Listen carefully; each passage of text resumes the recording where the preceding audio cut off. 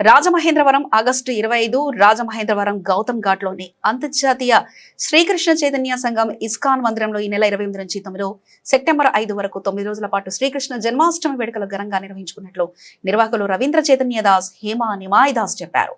ISKCON మందిరంలో శ్రీహరి కరుణాదాస్ తో కలిసి మంగళవారం ఏర్పాటు చేసిన విలేకరుల సమావేశంలో వారు మాట్లాడారు. రవీంద్ర చైతన్య దాస్ మాట్లాడుతూ 2006 నుంచి గడిచిన 20 ఏళ్లుగా శ్రీకృష్ణ జన్మాష్టమి వేడుకలను వైభవంగా నిర్వహిస్తున్నామని గుర్తు చేశారు. ఈ వేడుకల్లో మందిరం మేనేజ్మెంట్ చైర్మన్ సత్య గోపినాథ్ దాస్ తో పాటు పలువురు రాజకీయేతర ప్రముఖులు పాల్గొని విజేతలకు బహుమతులు అందజేశారని తెలిపారు.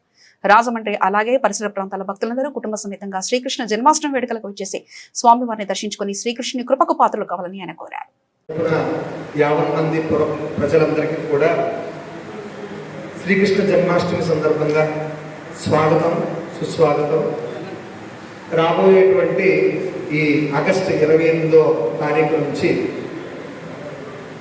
సెప్టెంబర్ 5వ తారీఖు వరకు రాజమండ్రి ఇస్కాన్ వారి ఆధ్వర్యంలో శ్రీకృష్ణ జన్మాష్టమి మహోత్సవ వేడుకలు అంగరంగ వైభవంగా ప్రారంభం కానున్నాయి. గత 26 సంవత్సరాలుగా ఇక్కడ మన రాజమండ్రిలో ఇస్కాన్ ఆధ్వర్యంలో ప్రతి సంవత్సరం కూడా ఈ యొక్క శ్రీకృష్ణ జన్మాష్టమి వేడుకలు అత్యద్భుతంగా మన ఆంధ్రప్రదేశ్లోనే అతి ప్రభావవంతంగా అతి వైభవంగా జరిగేటువంటి వేడుకల్లో మన కృష్ణాష్టమి వేడుకలు ఒకటి. ఇక్కడ మనం కృష్ణాష్టమి వేడుకలు 9 రోజులు మనం నిర్వహిస్తాం. మిగిలిన చాలా ఇస్కాన్ మందిరాల్లో 3 రోజులు కానీ లేకపోతే 4 రోజులు కానీ ఈ కార్యక్రమాలు నిర్వహిస్తారు. కృష్ణాష్టమికి ఒక రోజు ముందు, తర్వాత కృష్ణాష్టమి రోజుని, తర్వాత సంస్థాపకాచార్యులు శ్రీ భక్తివేదాంత స్వామి శ్రీల ప్రభుపాద వారి యొక్క ఆవిర్భావ దినం ఆ రోజు మొత్తం కలిపి ఒక 3 రోజులు అట్లాగా దీన్ని ఈ కార్యక్రమాలు నిర్వహిస్తూ ఉంటాం. అయితే ప్రత్యేకంగా మన రాజమండ్రిలో మన రాజమండ్రి సంస్కృతి సాంప్రదాయాలు దృష్టిలో పెట్టుకొని, అలాగే ఈ రాజమండ్రికి ఇంకొక వైశిష్టం ఏంటంటే భక్తి వేదాంత స్వామి శ్రీల ప్రభుపాద గారు రాజమండ్రి కూడా రావడం, ఆయన ఇక్కడ 3 రోజులు ఆయన ఇక్కడ ఉండడం, తర్వాత శ్రీ చైతన్య మహాప్రభు సాక్షాత్ కృష్ణుడి యొక్క అవతారమైనటువంటి శ్రీ చైతన్య మహాప్రభు కూడా ఆయన రాజమండ్రి రావడం, గోదావరి దాటి ఆయన కొవ్వూరు వెళ్ళడం, ఆ రకంగా సాంప్రదాయపరంగా కూడా రాజమండ్రి చాలా విశేషమైనటువంటి స్థానం అవడం వల్ల ఇక్కడ మనం నవాహ్నికం 9 రోజులు ఈ బ్రహ్మోత్సవ కార్యక్రమాలను మనము నిర్వహిస్తున్నాం. గత సుమారుగా ఒక 20 సంవత్సరాలుగా నిర్వహిస్తున్నాం ఇక్కడ. సో అందులో భాగంగా ఈ సంవత్సరం కూడా మనకి 28వ తారీఖు దగ్గర నుంచి సెప్టెంబర్ 5వ తారీఖు వరకు ఈ 9 రోజులు మనకి కార్యక్రమాలు ఉంటాయి. ప్రతిరోజు కూడా ఉదయం భగవంతుడికి మంగళహారతి, కృష్ణహారతులు రోజువారీ జరిగేటువంటి కార్యక్రమాలతో భాగంగా ప్రతిరోజు కూడా సాయంత్రం 4 గంటలకి ఈ లోకహితాన్ని కాంక్షిస్తూ, ప్రపంచ శాంతిని కాంక్షిస్తూ, విశ్వశాంతికి సంబంధించిన యజ్ఞాలని మనం నిర్వహిస్తూ ఉంటాం. ప్రతి సంవత్సరం జరుగుతుంది. ఆ రకంగా ప్రతిరోజు సాయంత్రం విశ్వశాంతి యజ్ఞాలు మనకు ఉంటాయి. తర్వాత అద్భుతమైనటువంటి కృష్ణుడి లీలల మీద శ్రీమాన్ సత్యగోపినాథ్ ప్రభుజీ వారి యొక్క ప్రవచనాలు ఉంటాయి. తర్వాత వాహన సేవలు, రోజు ఒక వాహన సేవలు ఉంటాయి. ఒక రోజు ఒక వాహనం, స్వామివారికి 9 వాహనాల మీద పల్లకి సేవ, గరుడు వాహన సేవ, అశ్వవాహనము, తర్వాత హనుమత్ వాహనము, ఇట్లా గరుడు వాహనము, గజవాహనం, ఇట్లా వాహన సేవలు అన్నీ ఉన్నాయి. 8 రోజులు 8 వాహన సేవలు ఉన్నాయి. తర్వాత మనకి ప్రతిరోజు వాహన సేవలు. కృష్ణాష్టమి రోజున విశేషమైనటువంటి అలంకరణ, విశేషమైనటువంటి భగవద్ దర్శనము, దాంతో పాటుగా ఉదయం నుంచి ఆ రోజు విశేషమైన కార్యక్రమాలు ఉంటాయి. కృష్ణాష్టమి రోజున 4వ తారీఖు నాడు మన శ్రీకృష్ణ జన్మాష్టమి ఉత్సవాలు మనకి జరుపుకుంటున్నాం. ఆ రోజుని మనకి ఉదయం భగవంతుడికి మంగళహారతి, విశేషమైన వస్త్రాల్లో, నూతన వస్త్రాల్లో ప్రతిరోజు ఆ రోజున విశేషమైన అలంకరణతో భగవంతుడి దర్శనం. తర్వాత ఉదయం మనకి 10 గంటలకి మనకి శుక్రవారం ఆ రోజు యాక్చువల్గా మనకి స్వామివారికి అభిషేకం ఉందండి. ఎవరికి? వెంకటేశ్వర స్వామివారికి ప్రతి వారం జరిగేటువంటి అభిషేకం ఉంటుంది. తర్వాత 10 గంటలకి మనకి పూర్ణాహుతి అండి, అవభృత స్నానం అంటాం. పూర్ణాహుతి కార్యక్రమం ఉందండి. ఈరోజు జరిగిన 8 రోజులు జరిగినటువంటి 7 రోజులు జరిగినటువంటి యజ్ఞాల యొక్క చివరిగా పూర్ణాహుతి కృష్ణాష్టమి రోజున జరుగుతుంది. రోజు ఉదయం పూర్ణాహుతి, తర్వాత అవభృత స్నానం, గోదావరిలో అందరూ కలిసి చక్ర స్నానం అంటాం దాన్ని. ఆ స్నాన కార్యక్రమం అంతా అయిన తర్వాత ఈ కృష్ణాష్టమి సందర్భంగా మన ప్రతి సంవత్సరం చుట్టూ ఉన్నటువంటి ఈ కాలేజ్ స్కూల్ పిల్లలు సో ఆ రోజుని యజ్ఞం అయిపోయిన తర్వాత మనకి మధ్యాహ్నం 3 గంటలకి ఉట్టి ఉత్సవం ఉంటుంది. చుట్టుపక్కల ఉన్నటువంటి యువకులందరూ కూడా చాలా ఉత్సాహంగా పాల్గొనేటువంటి అద్భుతమైనటువంటి కార్యక్రమం ఉంది.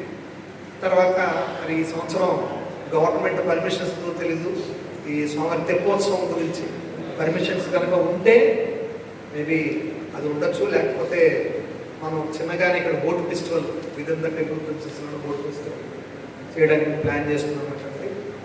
ఆ తర్వాత స్వామివారి యొక్క లీలల మీద ప్రవచనం, ప్రతిరోజు కూడా సాంస్కృతిక కార్యక్రమాలు ఉన్నాయండి, ఉంజల సేవలు ఉన్నాయి ప్రతిరోజు కూడా. ఆ రోజు కూడా సాంస్కృతిక కార్యక్రమాలు, ఉంజల సేవ, ప్రవచనం. రాత్రి 10 గంటలకు అట్లాగా భగవంతునికి మహాకుంభాభిషేకం ప్రారంభమవుతుంది కృష్ణాష్టమి రోజుని. రాత్రి అభిషేకానంతరం మహాహారతి, అందరికీ కూడా ప్రసాదం ఉంటుంది. అది 4వ తారీఖు నాడు జరిగే కార్యక్రమం. తర్వాత 5వ తారీఖు నాడు చివరి రోజుని ఇస్కాన్ సంస్థాపకాచార్య అయినటువంటి భక్తి వేదాంత స్వామి శ్రీల ప్రభుపాద వారి యొక్క ఆవిర్భావ దినం, ఆయన పుట్టినరోజు. అందుగురించి ఆ రోజుని మనకి ఆయన యొక్క చేసినటువంటి దివ్యమైనటువంటి కార్యాల మీద ప్రవచనం ఉంటుంది. అలాగే భక్తుల యొక్క వాళ్ళ యొక్క అనుభవాలను కూడా చర్చించడం జరుగుతుంది. తర్వాత ఆయనకి అభిషేకం ఉంటుంది. తర్వాత భక్తులందరికీ కూడా వచ్చినటువంటి అందరికీ కూడా అన్న ప్రసాద వితరణ జరుగుతుంది. కృష్ణాష్టమి తర్వాత రోజుని అన్నదాన కార్యక్రమం ఉంటుంది. కృష్ణాష్టమి రోజు అందరూ ఉపవాసం ఉంటాం అందరూ కూడా ఆ రోజుని. అందుగురించి మరుసటి రోజుని అలాగే నందోత్సవం అంటారు. కృష్ణుడు రాత్రి పుట్టాడు, మరుసటి రోజు నందుడు ఏం చేశాడు, ఉత్సవం చేశాడు. అట్లాగే మనం కూడా ఏం చేస్తాం, కృష్ణాష్టమి రోజు రాత్రి అభిషేకం చేసి స్వామివారికి ఆహ్వానం పలికి అభిషేకం చేసి అన్ని కలుతూ అయిన తర్వాత మరుసటి రోజుని మనము నందోత్సవంలో భాగంగా అలాగే ప్రభుపాద వారి ఆవిర్భావాన్ని దృష్టిలో పెట్టుకొని మనము అన్న ప్రసాద వితరణ మరుసటి రోజు మధ్యాహ్నం చేస్తాం. ఇది జరిగేటువంటి కార్యక్రమాలు.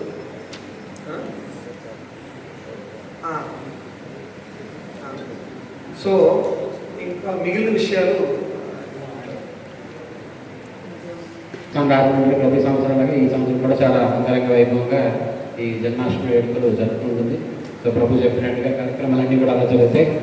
అయితే ఈసారి కార్యక్రమంలో ఒక మార్పు ఒకటి ఉంది. అదేంటంటే ప్రతి సంవత్సరం మనం జన్మాష్టమి రోజున ఈ ప్రైజెస్ ఇచ్చే కార్యక్రమం ఉంటుందన్నమాట. జన్మాష్టమి పేరు చెప్పి మనం ఒక కాంపిటీషన్స్ కండక్ట్ చేస్తాం, inter school college competitions conduct చేస్తాం. దీంట్లో సుమారుగా ఒక 3000 మంది పిల్లలు పార్టిసిపేట్ చేయడం జరిగింది. దీంట్లో డ్రాయింగ్, ఎస్సే రైటింగ్, తర్వాత క్లాసికల్ డ్యాన్స్, సింగింగ్, తర్వాత డిబేట్, ఎలక్ట్యూషన్, ఇలాగా ఫ్యాన్సీ డ్రెస్, భగవద్గీత శ్లోకాసు, ఇలాగా మొత్తం 8 రకాలైనటువంటి కాంపిటీషన్స్ పెట్టడం జరుగుతుంది. సో దీంట్లో ప్రైజ్ విన్నర్స్కి ప్రైజెస్ మనం ఏం చేస్తామంటే జన్మాష్టమి రోజున మధ్యాహ్నం 11 గంటలకు ఇవ్వడం జరుగుతుంది. కానీ ఈసారి ఏమైందంటే శుక్రవారం వచ్చింది, ఉదయం అభిషేకం ఉంటుంది, గోవింద శ్రీనివాసకి అభిషేకం ఉంటుంది. సో అభిషేకము తర్వాత ప్రవచనం, భాగవత ప్రవచనం ఉంటుంది. ప్రవచనం తర్వాత యజ్ఞం తర్వాత అవభృత స్నానము, తర్వాత ఉట్టి కొట్టే ఉత్సవం, ఇవన్నీ ఉన్నాయి. సో బాగా హెవీగా ఉన్నాయి కార్యక్రమాలు అని చెప్పి ఈ కార్యక్రమాన్ని 3వ తారీఖుకి మార్చడం జరిగింది. ఇదొకటి అందరూ కూడా గమనించాల్సిన విషయం. ఎందుకంటే ప్రతి సంవత్సరం జన్మాష్టమి రోజున మనం ప్రైజ్ డిస్ట్రిబ్యూషన్ చేస్తాం. ఈ సంవత్సరం మాత్రం అందులో రద్దీ ఎక్కువైపోతుంది, పిల్లలు కూడా ఇబ్బంది పడతారని మాత్రం మనం 3వ తారీఖు పెట్టడం జరిగింది. 3వ తారీఖు ఉదయం 11 గంటలకి ఈ ప్రైజ్ డిస్ట్రిబ్యూషన్ కార్యక్రమం ఇస్కాన్ టెంపుల్లో వేదిక మ్యూజియంలో జరుగుతుంది. సో మిగిలిన కార్యక్రమాలన్నీ యథాతథంగా జరుగుతుంది. గురుగారు అన్నట్టుగా, ప్రభుజీ అన్నట్టుగా తెప్పోత్సవాన్ని కూడా ఏర్పాట్లు చేస్తున్నాం. అన్నీ బాగానే ఉంటాయి. తెప్పోత్సవం కూడా బాగా అద్భుతంగా జరుగుతుంది.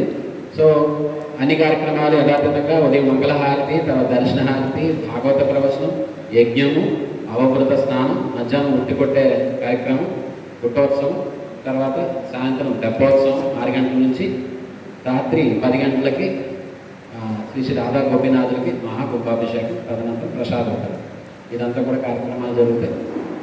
ఈ కార్యక్రమాలన్నింటికి కూడా అందరినీ కూడా ఆహ్వానిస్తున్న ఇస్కాన్ తరఫున అందరికీ స్వాగతం సుస్వాగతం. ఈ అద్భుతమైనటువంటి కార్యక్రమాల్లో భక్తులందరూ కూడా పాల్గొని శ్రీకృష్ణి రాధాకృష్ణ యొక్క అనంతమైనటువంటి అనుగ్రహాన్ని పొందాల్సిందిగా కోరుతున్నాను. హరే కృష్ణ.